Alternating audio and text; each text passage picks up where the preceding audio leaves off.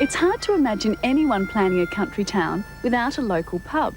But when Renmark began life as an irrigation colony late last century, the Chaffee brothers, the irrigation experts from Canada, were determined it would be a dry town in the best interests of the colony.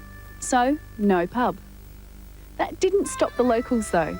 In no time, around 13 sly grog shops sprang up to satisfy their thirst, often disguised as tea rooms. So in 1897, after much public debate, the first licensed premises was opened in Meissner's accommodation hotel, and Mrs. Jane Meissner was the first manager. The hotel complex has grown over the years. Extensions were built just months after it opened. In 1902, further extensions saw a new two-storey building added. Then in 1935, the third storey went up. Following the bombing of Darwin in 1942, an air spotters tower was erected on top of what was then considered the best country house in the state. Volunteers were rostered 24 hours a day to scan the skies for the enemy. Now it's tourists that raid Renmark, and the hotel is still a landmark for both holidaymakers cruising the river and land-based travellers. These days, the hotel management is in the hands of Jeff Tiller. The history of the Renmark Hotel is that it's a community hotel, and it's the oldest community hotel in the British Commonwealth.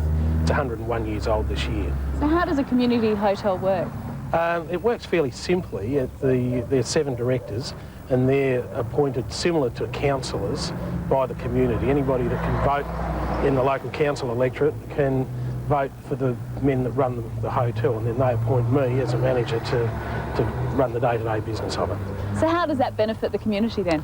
Well, over the years, whenever there's a profit made in the hotel, it goes back into community facilities. We still, to this day, have a lot of sporting groups and that sort of things come and ask for funding, and we do whatever we can to help out when funds are available.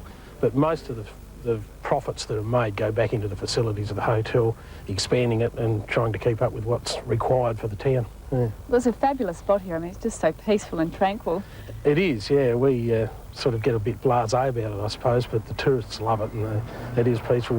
On the second story of the hotel, we often get groups just sitting up there having a champagne, looking out over the river, and, you know, as I said, we don't appreciate it because we see it every day.